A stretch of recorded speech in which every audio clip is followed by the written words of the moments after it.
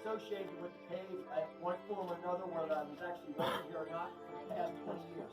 In those 20 years, there's been 2 mistakes that I know of in this room, so it's very, very, very unlikely, okay? And as we go further into the cave, we're not going to see it.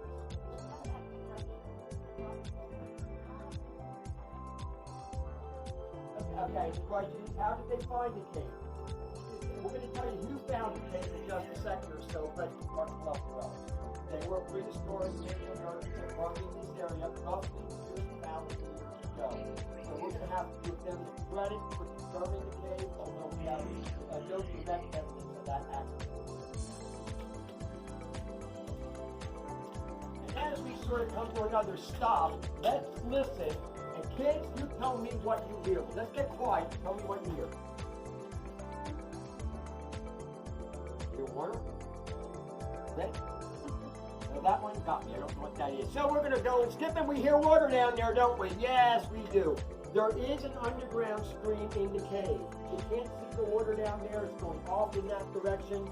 And then it is the spring that I mentioned sort of pops out of the ground about 30 yards from where we are right now. As we progress further into the cave, we will see that water on a few different occasions, and every time we do, I'll point out another fact about it.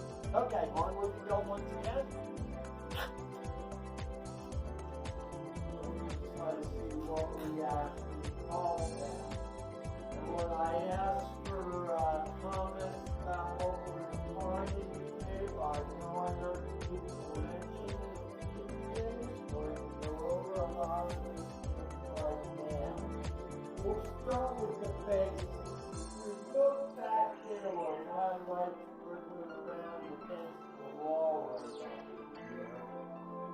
You can't really see it, but there is moisture coming down that wall. That moisture basically has a little parasite in it. A little more complicated than that. But let's just call it calcite for our understanding. There's more.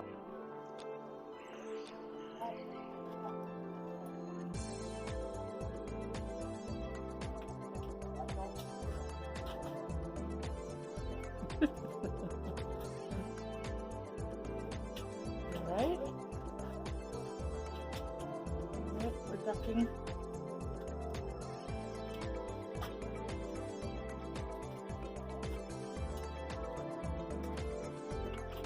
Oh,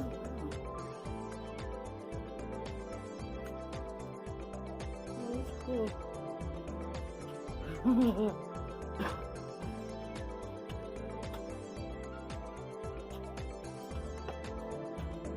That looks awful there.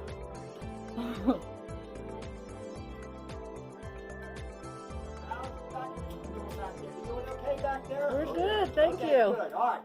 Now, other than the person that answered the question the first time, let's see who else remembers. What do they call it if they hang from the ceiling? Stalactites. There you go. Or you can call this one headache rock. It doesn't matter.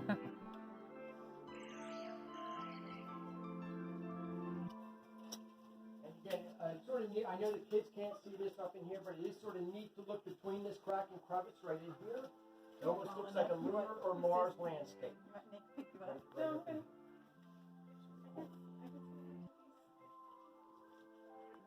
Now, no matter where you are in line, look at it. Now, right there where that hole, see where I'm shining my light? That hole is right there.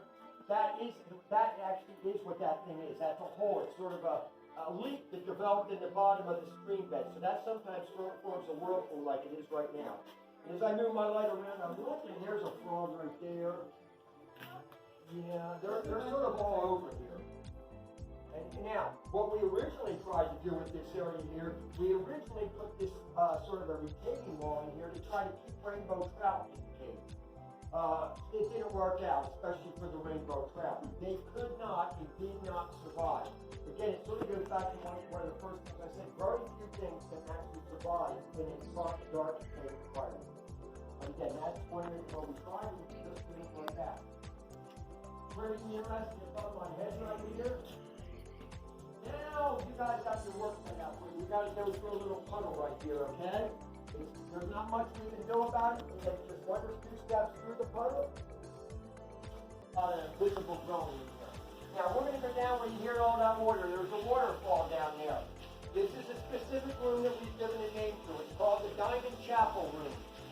Guess what? In the middle, usually in September, October, and November, every weekend we are having a wedding ceremony taking place right down in this very room that we're about to head into. So they're either having a wedding ceremony every weekend, or they're having a wedding ceremony up in that church building that some of you saw and others will eventually see. Obviously this year, not quite the case, no weddings this year. There's a few other strange things that are down here. We'll tell you about each and every one of them.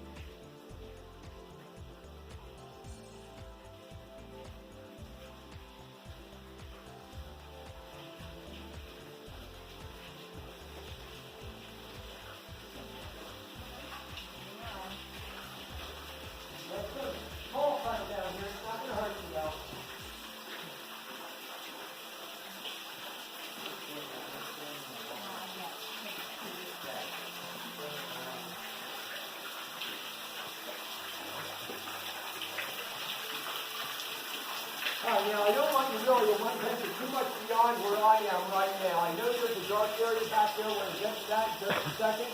Let's first direct our attention over to that waterfall right there. So that is where all the water is coming into the cave. Obviously not the different formations, but our streams. If I had the ability to block that area off, there would be no streams. That water is coming from the aquifer, or we're in the aquifer. I can never figure out which. Basically, the aquifer is Mother Nature's storage tank. Now, how far away that? And you know what?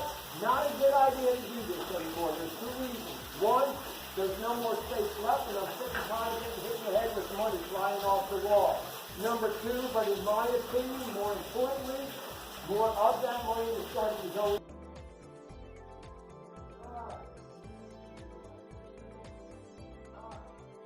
You're certainly my spot, but that's okay.